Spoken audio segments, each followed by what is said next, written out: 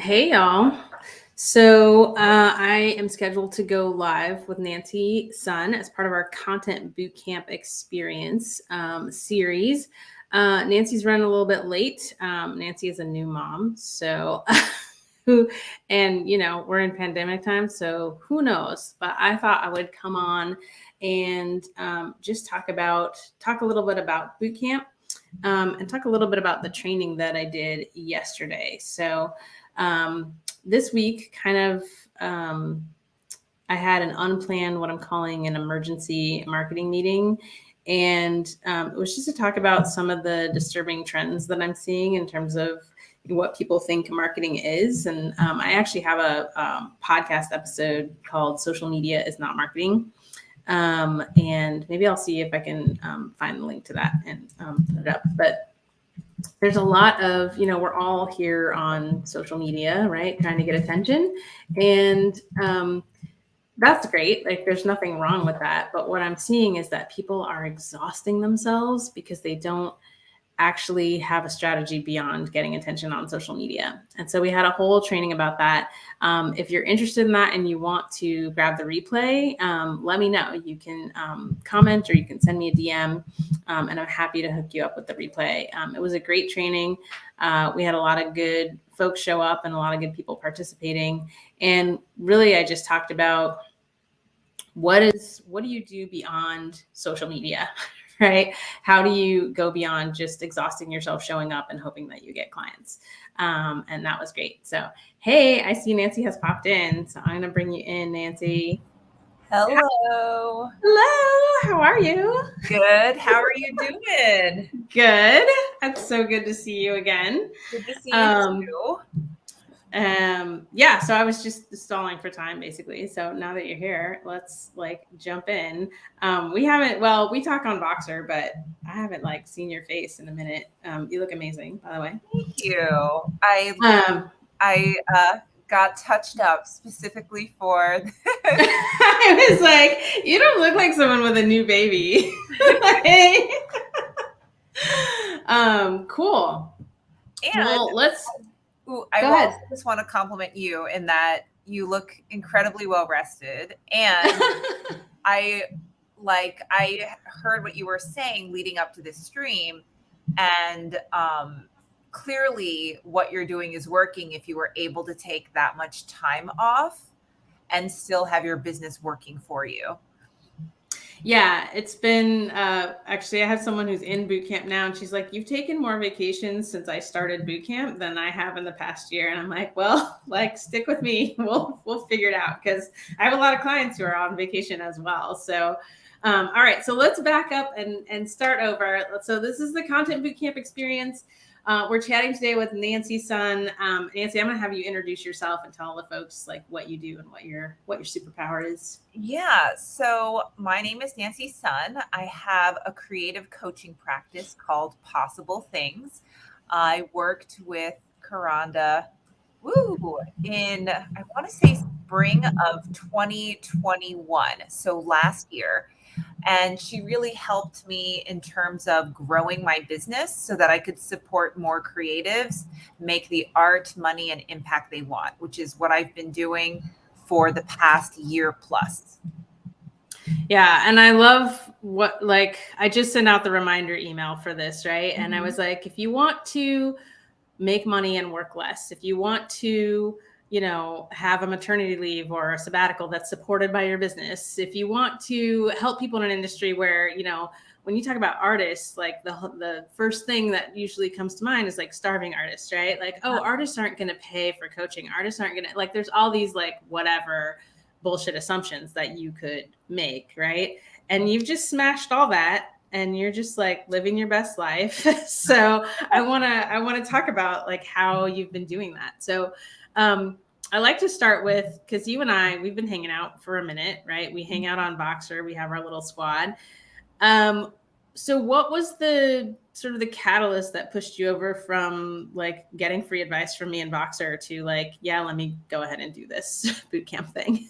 So I think what I was craving was methods to make this sustainable. So I think a lot of what you call out in your free marketing advice is a lot of what I'm just going to make up this term, but like reactive marketing, right?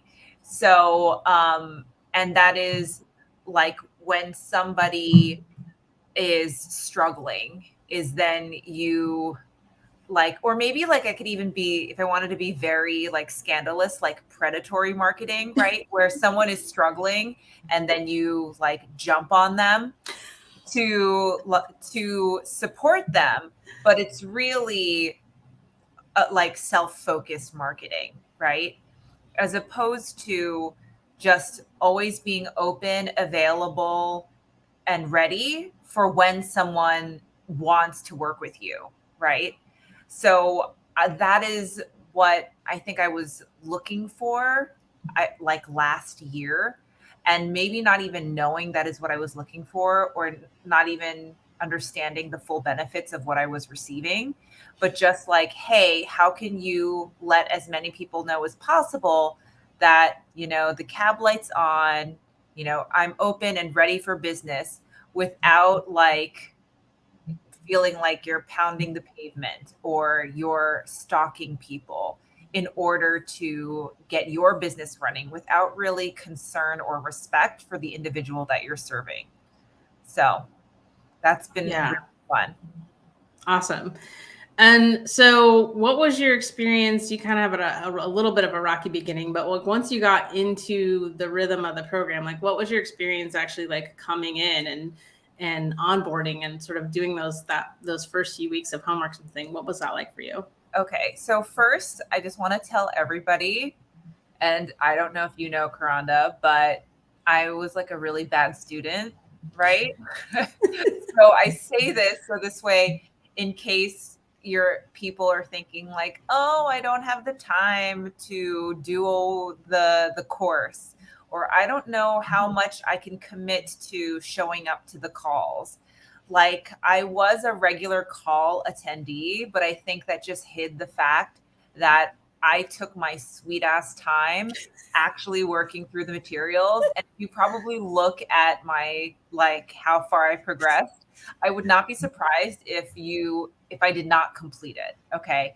So I say this because I still got a lot of value, even though I was not an A+ student of content bootcamp.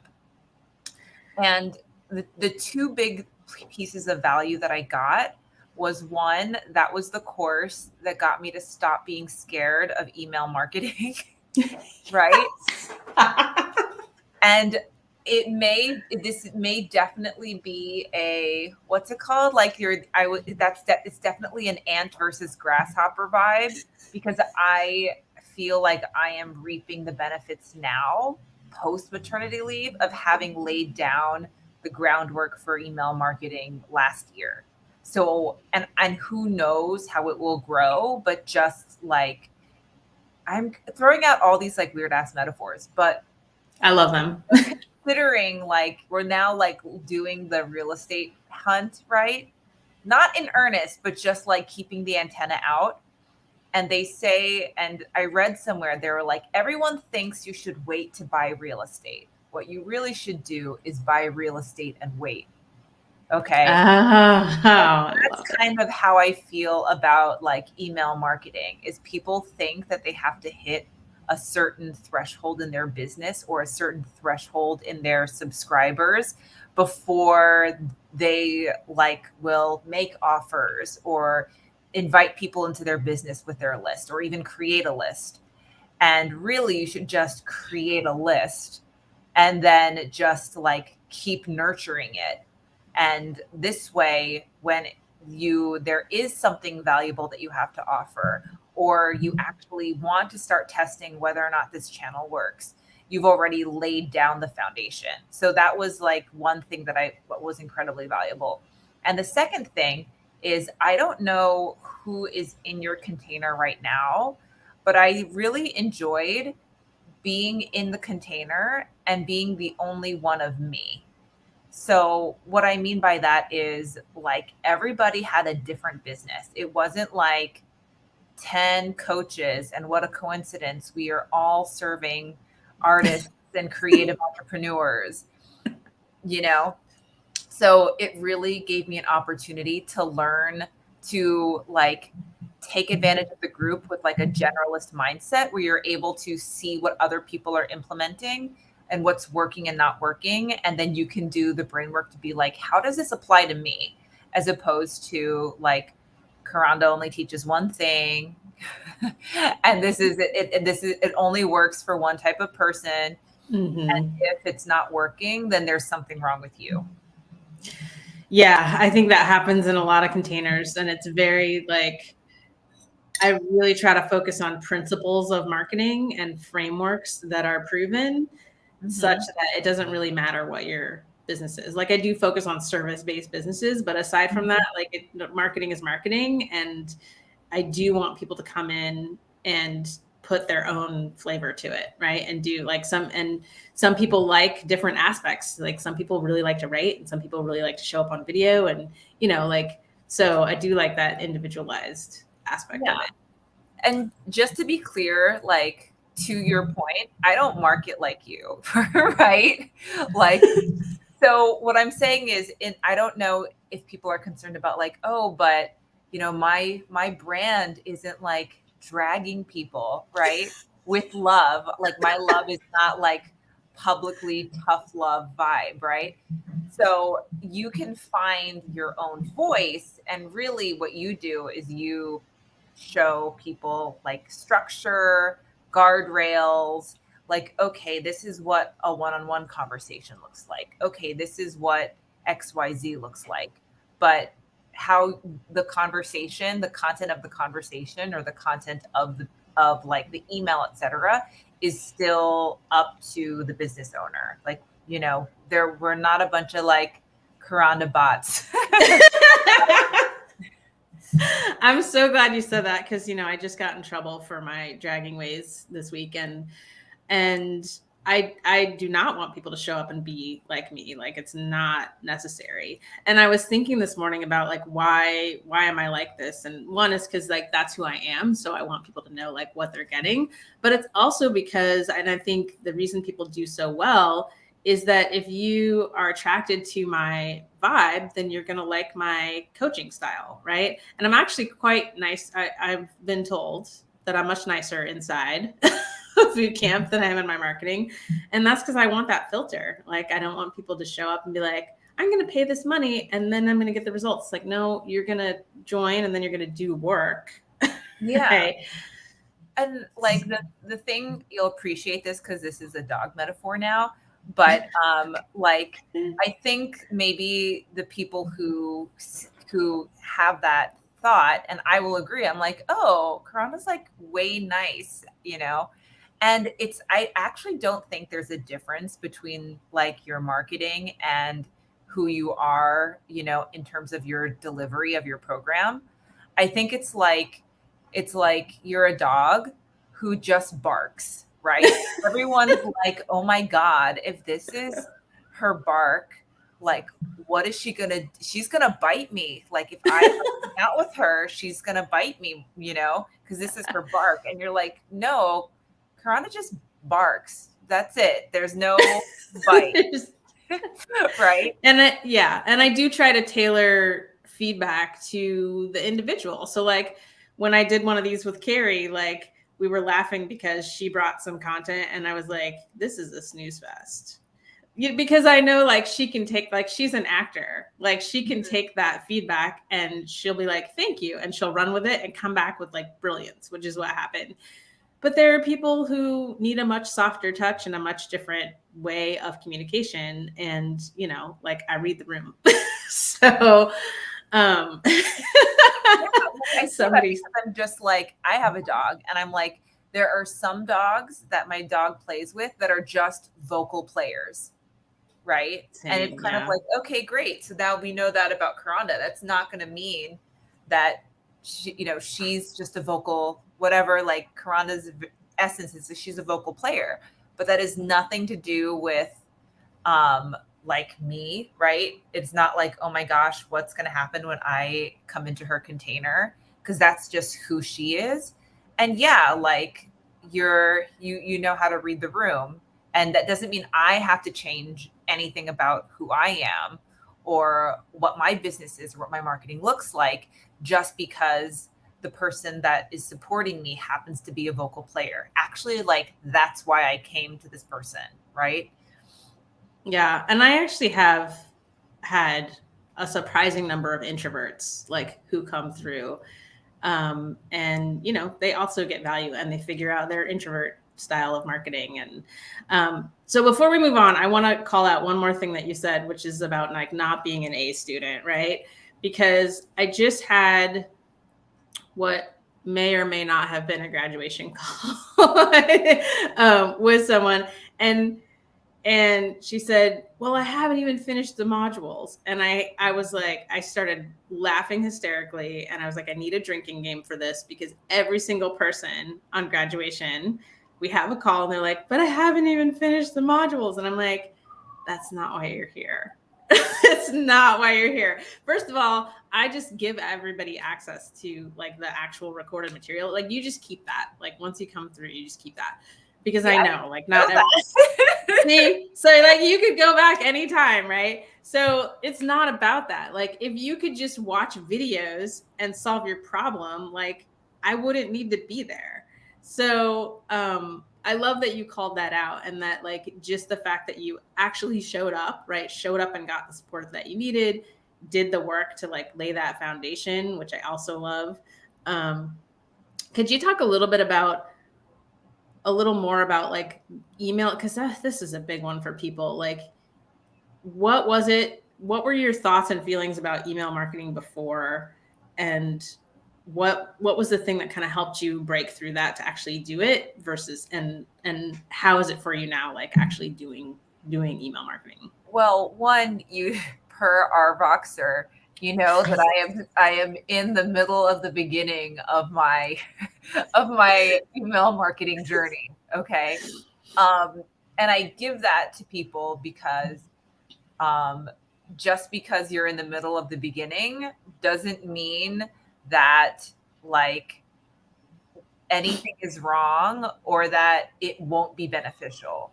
So to share kind of the compounding results of having worked with Karanda, like when I left, I had a 4-month maternity leave, and I decided that I was going to, like, I had set up some social media posts to complement like this email marketing that I've been doing.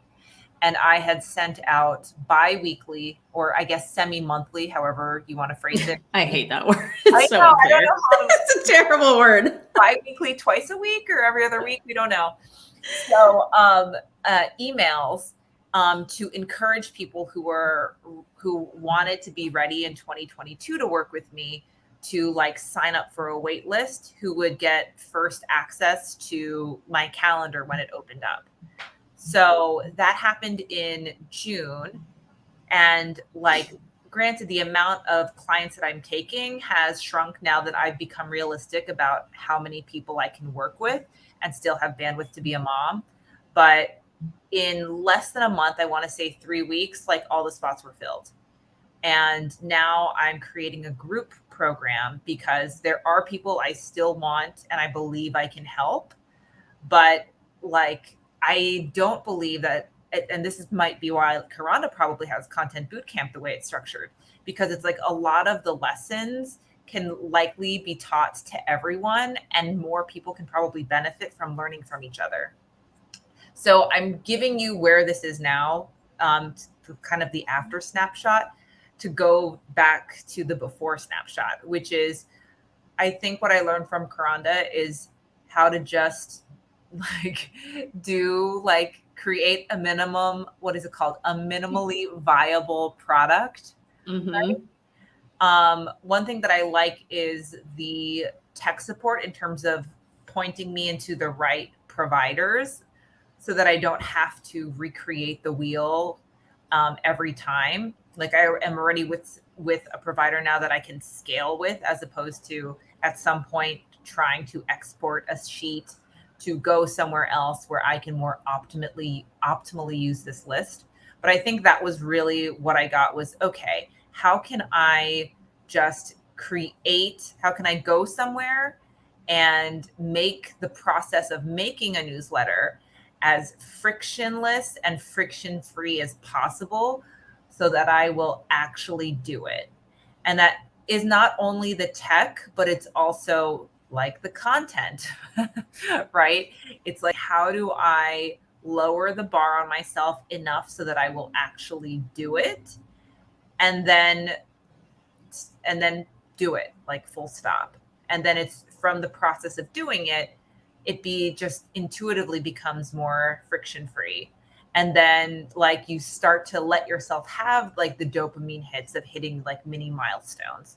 So like, I had a goal of having a wait list of 45 people when I came back. I just like made up a number. I was like, what would be a good number and would mean I probably can, fill my practice when I come back. And I was like, I don't know. I think like 45 would be a good number. And I think when I came back, so after 4 months of automated posts, I had, I think, 58 people on my wait list.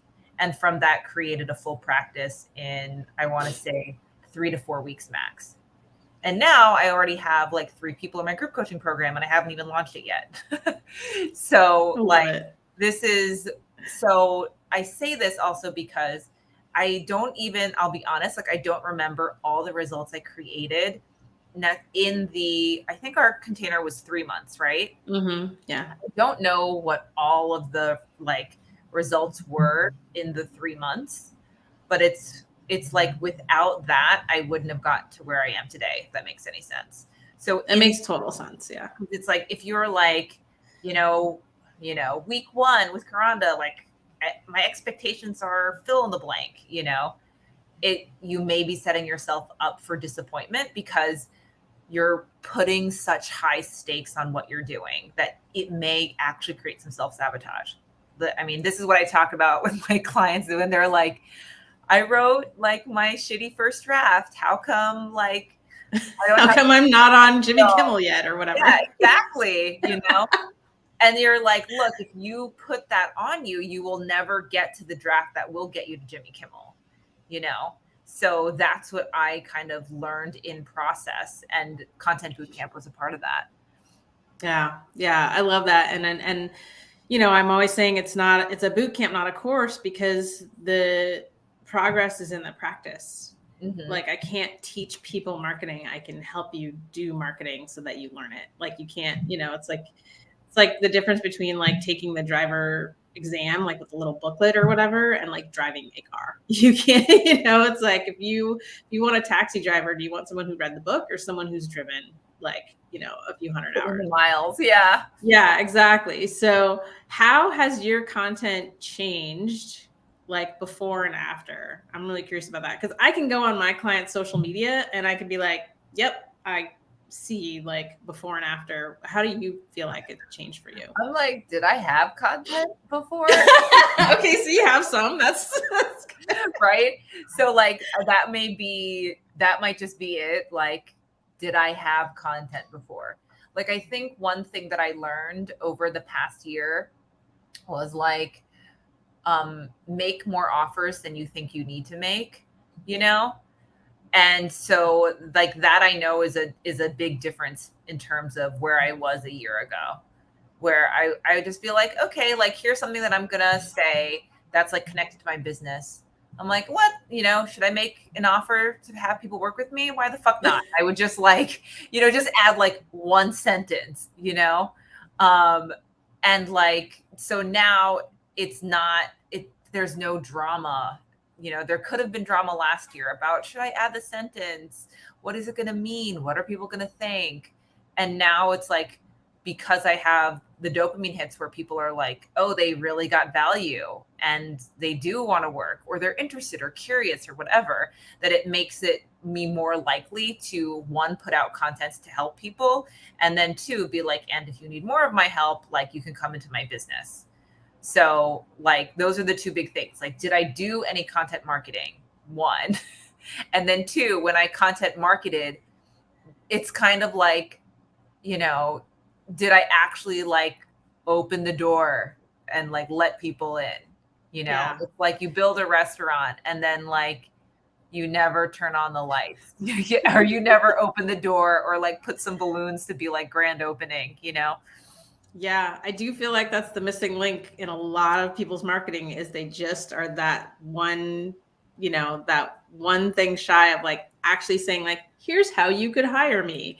And with that beautiful segue, actually, if you're listening to this and you're boot camp curious or you're struggling with some of the things that we've talked about, or you want some of the results that we've talked about, you should go and apply for boot camp. When you do that, what were you No, going to say? I have a metaphor, but I'll wait. Okay. Oh, yes. We'll definitely end on that. When you apply, you're going to get an invitation to book a call with someone on our enrollment team, and you're going to have a really valuable conversation. Like whether you work with us or not, 100% of the time, people come away from the call and they've gotten a lot of value and clarity just from having the call.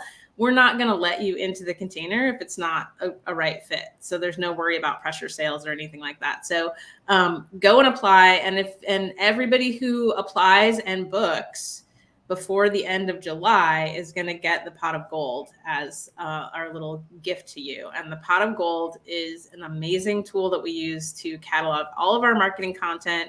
Your content is your inventory. So if you had physical inventory, you would store it somewhere. You'd want to keep track of it.